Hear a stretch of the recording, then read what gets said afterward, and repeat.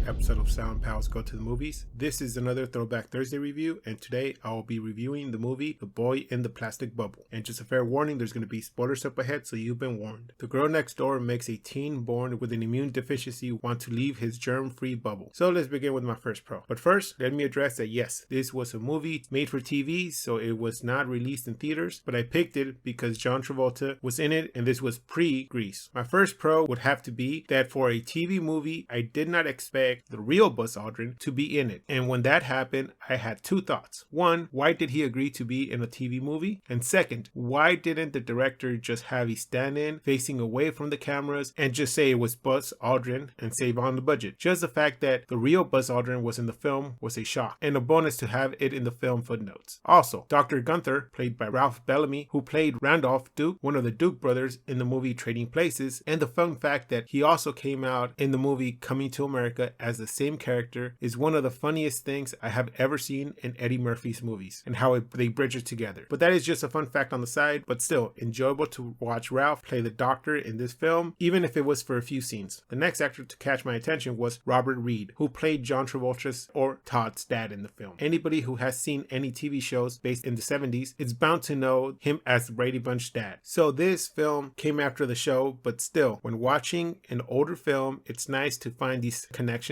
with other shows or movies. Next pro would be how this film took a topic of an illness that is so rare and that almost nobody knows about, and they said, let's make a film out of it. Nowadays, studios would hesitate if it's not something that is well known or pop culture related, they won't want to touch it. So that's a plus for this TV film movie. And now on to my cons. There is a lot of them, but I'm just going to list a few and go through them rather quickly. First, so many inaccuracies and mistakes. One mistake was when the baby is born and is being transported in the incubator, you see the lid is being lifted by the staff, thus germs would be getting inside of it and the baby would get infected and probably die. So one would expect naturally for the camera guy or the director to spot it and redo the scene again, or if it wasn't caught by them, it would be caught in the editing room, and then they would actually say, hey, there's something wrong here, let's edit it out, or just make a cut here and add something else. Next inaccuracy would be when Todd is at school in his suit and when he was in the football field and runs to get into his bubble inside the classroom. That is not possible since the outside of the suit he's wearing is already contaminated. Therefore, he cannot step into the bubble, which is germ-free. Also, in that scene, he tells his classmate that he won the bet and to give him the $10, which the student does slip into the bubble. Again, that is contaminating Todd's space, and Todd would have either caught something and sooner or later he would have died. There are many more to point out, but many will say, hey, it's a TV movie, what did you expect? Next con, John Travolta's assumed age and his acting. First, he doesn't look like a high school student and his acting is everywhere. Sometimes he acts like a child and others he acts mature, but is never consistent. So either pick one or another. If you want to be the naive child, act like it. If you want to be a mature, intelligent individual, then do that. But you can't be flopping back and forth. I feel that his acting is better suited for older roles than doing younger roles. Back in those days, he still did not know what his niche was. Next is the ending, which was really not an ending. It wasn't even left open. It was just a sudden end to a movie. It seemed as if one day the director showed up and said, okay people, we need to wrap this film up in one day, and someone just out of nowhere said, why don't we have Todd step out of the bubble, feel the real world on his skin, touch some grass, and kiss his crush, and then maybe they both can get on the horse and ride into the unknown as a joke. And the director said, hey, that sounds like a great idea, let's do it, and they ran with it. I was actually expecting an ending similar to the recent film 6 Feet Apart, something like we can't be together but I still care for you, so therefore this is a decision I'm going to have to take, we can never be together. Hey kids, you have an illness that might kill you, well just take a chance on love, you might die, or 0.00001% you might live if it actually turns out that you rolled a natural 20 in life. To be fair, I think that movies like this should come with a warning even if they're on TV, because nowadays there are still some people that are really gullible out there and might take this for face value, who might have a serious condition and therefore risk their lives. So my grade for this movie is going to be a 2 out of 10. I can barely stand to watch it, but I pulled through it to see the Brady Bunch dad and also Buzz Aldrin, which was kind of sort of fun, but everything else was horrible, just hard to watch. The love story was not developed enough to get me interested in both characters, Todd or the girl. I felt that Todd was immature for being in a bubble, and the girl shouldn't even have been a candidate because she was dating multiple people at the same time, or that's how the film put it. Even at an hour and a half, if watching it on TV would be way too long and a waste of time in my personal opinion. So that does it for this review of The Boy in the Plastic Bubble. Please join us next time where we're going to review Training Day.